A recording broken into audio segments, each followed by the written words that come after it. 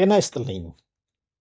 ሰሞኑን በተለያዩ ታላላቅ የዜና አውታሮች ላይ አነጋጋሪ ሆኖ የከረመው ኤልሜንቾ ማን ነው?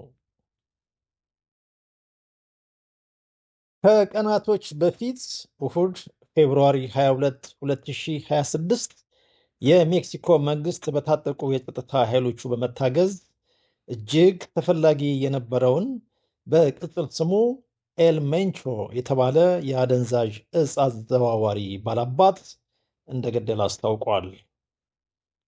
ኤልሜንቾ ለያዥ ለግናዥ ያስቸገረ የማይጨበጥ ጉም ሆኖ የኖረ ሰው ነበር። ሰውየው በአንድ ወቅት ከሜክሲኮ የጸጥታ ኃይሎች ጋር በመታኮስ የጦር ሄሊኮፕተር መጥቶ የጣለና አብራሪውንና ሌሎች በርካታ የጸጥታ ኃይሎችን የገደለ ሞገደኛ ነበር። ፌንተነል የሚባል ገዳይ እጽን በማምረትና በማከፋፈል በመቶ ሺዎች ለሚቆጠሩ አሜሪካኖች ሞት ምክንያትም የነበረ ሰው ነበር።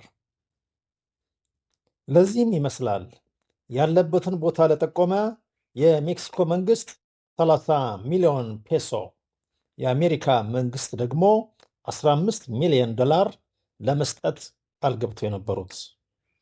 ቅድም መግቢያ ላይ እንደገለጽኩት አሜሪካ መረጃ በመስጠት በተሳተፈችበትና በሜክሲኮ ልዩ ኃይል በተቀነባበረ የማጥቃት እርምጃ ኤልሜንቾ ወደማይቀርበት ዓለም ተሸኝተዋል። ግን ቀላል አልነበረም። የኤልሜንቾ ሞት እንደተሰማ ደጋፊዎቹ ወደ 6 የሚደርሱ የሜክሲኮ ከተሞችን በእሳት አነደዋል። የሃይዌይ መንገዶችንም ዘጋግተዋል። ቤቶችና ቢዝነሶችን እንደ ችቦ በእሳት ተለኩሰዋል። በየመንገዱ ላይ ተኩስ ተከፍቶ የሜክሲኮ ጎዳናዎች የጦር አውድማ መስለው ነበር። ለመሆኑ ይህ ለሁለት ታላላቅ አጎራባች ሀገራት ራስ ምታት ሆኖ የኖረ ሰው ማን ነው? ኤልሜንቾ ቅጽል ስሙ ነው። መደበኛ ሙሉ ስሙ ኔሜሲዮ ሩቤን ኦሴግራ ሰርቫንቴስ ይባላል። እኛ ግን ኤልሜንቾ እያልን እንቀጥላለን። የድሃ ልጅ ነው። እናትና አባቱ በግብርና የሚተዳደሩ ምስኪኖች ነበሩ። እናም ቤተሰቦቹን ለመርዳት መስራት ነበረበትና ትምህርቱን ከ5ኛ ክፍል እንዳቋረጠ ይነገርለታል። ኤልሜንቾ የተወለደባት መንደር በአቮካዶ ምርቷ ትታወቃለች። ግን ያቺ መሬት ለአቮካዶ ብቻ ሳይሆን ለማሪዋና ምርትም ምቹ ነበረች። አንዳንድ ዘገባዎች እንደሚያመለክቱት ከሆነ ኤልሜንቾ በ14 ዓመቱ መጀመሪያ የአቮካዶ ቀጥሎም የማሪዋና ተክል ለሚያመርቱ ገበሬዎች ተቀጥሮ ይሰራ ነበር። በዚህ ወቅት አንድ ነገር አስተዋለ። ምስኪን ገበሬዎች ያርሳሉ፣ ይኮተኩታሉ፣ በላብ እስከሚረሱ ድረስ ይደክማሉ፣ ይሰራሉ፣ ግን ከድህነት አልወጡም። ኑሯቸው ከእጅ ወደ አፍ ነው። በአንጻሩ ደግሞ ህገወጦቹ የእጽ አመላላሽ ከበርቴዎች ባለ ጠመንጃና ባለ ሀብት ናቸው። እናም ሲያድግ ከነኚህ እጽ አዘዋዋሪ ከበርቴዎች እንዳንዱ መሆን እንዳለበት ወሰነ። በወጣትነት ዘመኑ ምናልባትም 18 ወይም 19 ዓመቱ ላይ ለመጀመሪያ ጊዜ ለመግባቢያ የምትረዳውን ጥቂት የእንግሊዝኛ እውቀት በልቦናው ይዞ በባዶ ኪስ በህገወጥ መንገድ የአሜሪካ ምድርን ረገጠና በካሊፎርኒያ መኖር ጀመረ። በዚህ ወቅት ነው የተለያዩ ሐሰተኛ ስሞችን በመጠቀም ሙሉ በሙሉ በእጽ ንግድ ሰንሰለት ውስጥ የገባው። በዚሁ ህገወጥ ስራው እያለ በ1992 ዓ.ም የአሜሪካ ፖሊስ በቁጥጥር ስር አዋለው። ፍርድ ቤት ቀረበ፣ ተፈረደበት። የእስር ጊዜውን ሲጨርስ ህጋዊ ዶክመንት አልነበረውምና አሜሪካ እዚህማ አትኖርም ብላ መልሳ ወደ ሜክሲኮ ሰደደችው። ኤልሜንቾ ከረጅም ዓመታት የአሜሪካ እስር ቆይታ በኋላ ሜክሲኮን ሲረግጥ አንድ ነገር አሰበ። አስቦም አልቀረም፣ አደረገው። በምዕራባዊ ሜክሲኮ አካባቢ ካሉ ወንጀለኞች ጋር አብሮ ለመስራት ተቀላቀለ። ይህ ውሳኔ የወደፊት ህይወቱን አቅጣጫ ሙሉ ለሙሉ የቀየረ ክስተት ነበር። ኤልሜንቾ ሙሉ በሙሉ ህይወቱ ተለወጠ። ጠንካራ የስትራቴጂ ሰውና ከምንም በላይ ለአለቆቹ ታማኝ የሆነ ጨካኝ ሰው ሆኖ ወጣ። በ2009 በሜክሲኮ የነበሩ ጠንካራ የካርቴል ቡድኖች መበታተናቸው ለኤል ሜንቾ ጥሩ ዕድል ፈጠረለት። አጋጣሚውን ተጠቅሞ ከባለስልጣን ተባባሪዎቹ ጋር በመሆን የጃሊስኮ አዲስ ትውልድ ካርቴል ወይንም በምህጻረ ቃሉ ሲጄኤንጂ የተባለ ድርጅት መሰረተ። ይህ ካርቴል በፍጥነት በሜክሲኮ ውስጥ በጣም ኃይለኛና ጨካኝ ከሆኑ የወንጀል ቡድኖች መካከል አንዱ ሆነ። ሲጂኤንጂ በተለይ እጅግ አደገኛ የሚባሉትን እንደ ፌንተነል የመሰሉ ሲንታቲክ ኦፒዮይድ ሰው ሰራሽ እጾችን ማምረት ላይ ትኩረት አደረገ። ኤልሜንቾ በአዲስ መልኩ ያደራጀውን የካርቴል ቡድን የቀድሞ ወታደሮችና ፖሊሶችን በመቅጠርና እጅግ ዘመናዊ የጦር መሳሪያዎችን በማስታጠቅ በአስተማማኝ ሁኔታ እንዲጠናከር አደረገ።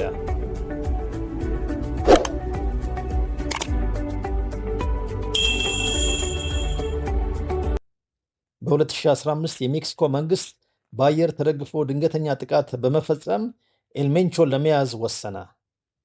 በተነደፈው ፕላን መሰረት ተዋጊ ሄሊኮፕተሮች ኤልሜንቾ መሽጎበታል ወደ ተባለው ተራራማ ቦታ ቀኑ። አጅሬ በቂ መረጃ ነበረውና ተዘጋጅቶ ጠበቃቸው። እናም ሊገሉት ከመጡ የጦር ሄሊኮፕተሮች መካከል አንዱን ተኩሶ በመጣል አብራሪውን ጨምሮ ወደ 9 የሚጠጉ የሜክሲኮ መንግስት የጸጥታ ኃይሎችን ገደለ። ይህ ዜና ሲሰማ ድፍን የሜክሲኮ ህዝብ በድንጋጤ ውስጥ ወደቀ። ኤልሜንቾ በዚህ ብቻ አላቆመም።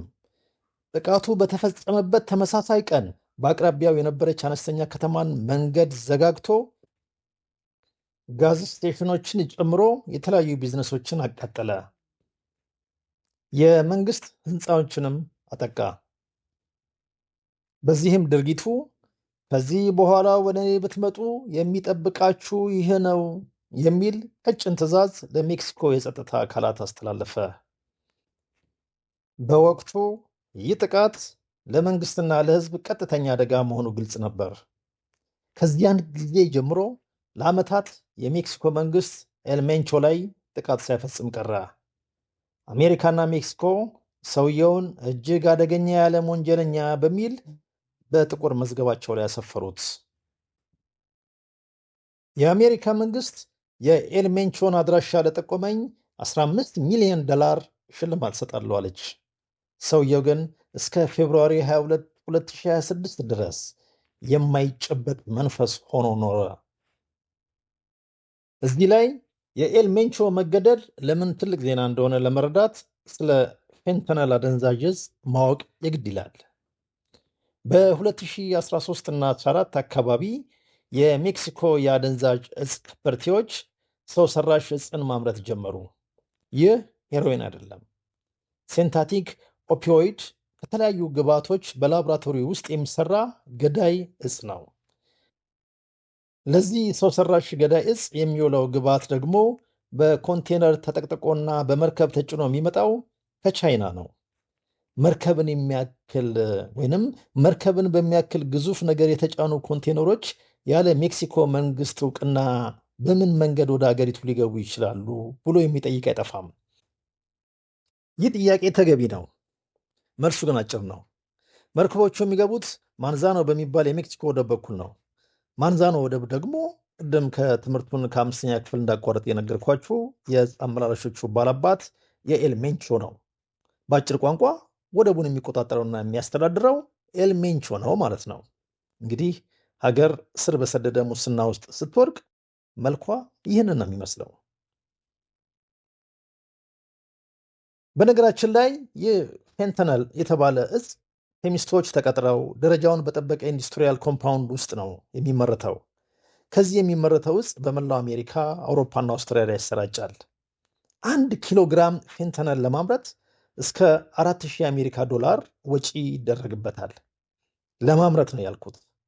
ይህ በ$4000 የተመረተ 1 ኪሎ ግራም የፌንተነል ዕፅ በአሜሪካ ጎዳናዎች ላይ እስከ $1 ሚሊዮን ይቸበቸባል። የሚገኘው ትርፍ ዘግናኝ ነው። የዛኑ ያህል በዚህ ዕፅ ምክንያት ህይወታቸውን የሚያጡ ሰዎች ቁጥርም ብዛት ይሰቀጥጣል። ከ2015 እስከ 2025 ባለው አጭር ጊዜ ውስጥ ብቻ በፌንተነል ምክንያት ከግማሽ ሚሊዮን በላይ የሚሆኑ አሜሪካኖች ሞተዋል። ይህ ማለት ቪየትናምን ጨምሮ አሜሪካን በተሳተፈችባቸው ሁሉም ጦርነቶች ላይ ከሞቱት የአሜሪካ ዜጎች ቁጥር በላይ ይህ ሰው ሰራሽ እጽ የአሜሪካኖችን ሕይወት ቀጥፏል ማለት ነው። ለሁሉም ጊዜውን ይጠብቅለታል በማለት ሰለሞን ቀድሞ ተናግሮታል። ሳትደፈር ኖራ ጨረቃም ርቃ በሰው ተደፈረች ጊዜዋን ጠብቃ እንዲል አቀንቃኝ። በመጨረሻም የኤልሜንቾ ቀን ጨለመች።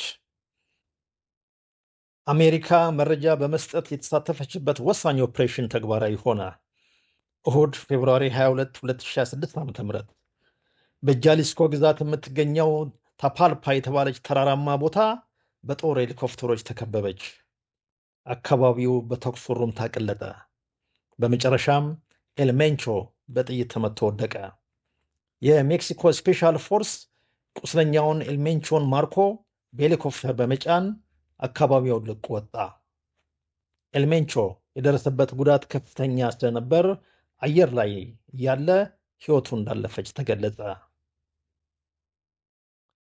በመላው ሜክሲኮና በአሜሪካ ዘ ሞስት ዋንትድ ማን ተብሎ ለዓመታት ሲፈለግ የነበረው ኤልሜንቾ በ59 ወይም 60 ዓመቱ ላይ ከዚህ ዓለም በሞት ተለየ። ይህ ዜና በሜክሲኮ ውስጥ ሰፊ ግጭትና ብጥብጥን አስነሳ። አለቃችን ተገደለ ያሉ ደጋፊዎቹ ቁጣቸውን በተለያየ አይነት መልኩ ገለጹ። የብዙ ሰዎች ሕይወት ተቀጠፈ። ከተሞች ነደዱ። ዋና መንገዶች ተዘጉ። በየጎዳናው ላይ ተኩስ ተከፈተ። እያወራን ያለነው በ1966 በትንሽ ጎስቋላ ከተማ ውስጥ ከዳ ቤተሰብ ስለተወለደው፣ ከ5ኛ ክፍል ትምህርቱን ስላቋረጠው፣ በ14 ዓመቱ የማሪዋና እርሻ ላይ ተቀጥሮ ስለሰራው፣ በ20 ዓመቱ በካሊፎርኒያ ጎዳናዎች ላይ ማሪዋና ስለቸበቸበው፣ በ30 ዓመቱ ከአሜሪካ እስር ቤት ተለቆ ወደ ሜክሲኮ ስለተባረረው፣ በ40 ዓመቱ በማፊያው ቡድን ውስጥ የሚፈራና የሚከበር ዝምተኛ ጨካኝ ሆኖ ስለወጣው፣ በ50 ዓመቱ በዓለም ላይ እጅግ አደገኛና ሀብታም የአደንዛዥ እጽ ከበርቴ ስለሆነው፣ በ60 ዓመቱ ስለተገደለው ኤልሜንቾ ስለሚባል አንድ ግለሰብ ብቻ አይደለም፣ አሜሪካና ሜክሲኮን ከዚያም ሲያልፍ ዓለምን እያወከ ስላለው እጅግ ውስብስብ የአደንዛዥ እጽ ችግር እንጂ። የቀድሞ የአደንዛዥ እጽ ባላባት የነበረው ኤል ቻምፖ በሜክሲኮ መያዙንና በመጨረሻም ወደ አሜሪካ ተላልፎ በአሜሪካ ፍርድ ቤት የጽኑ የዕድሜ ልክ እስራት እንደተፈረደበት እና ዘብጥያ እንደተወረወረ እናውቃለን። ግን የእሱ መታሰር ችግሩን ሊቀርፈው አልቻለም። አሁንም ምናልባት የኤልሜንቾም መገደል ስነቅር የሆነ ለውጥ ያመጣል ለማለት ይከብዳል። በመጨረሻም ከኤልሜንቾ እና ከሜክሲኮ እንደ ግለሰብም እንደ ሀገርም የምንማረው ነገር ቢኖር አንድና አንድ ይመስለናል። እሱም ሙስናን በጊዜ መዋጋት። ይህ ኔክስት ቲቪ ነው።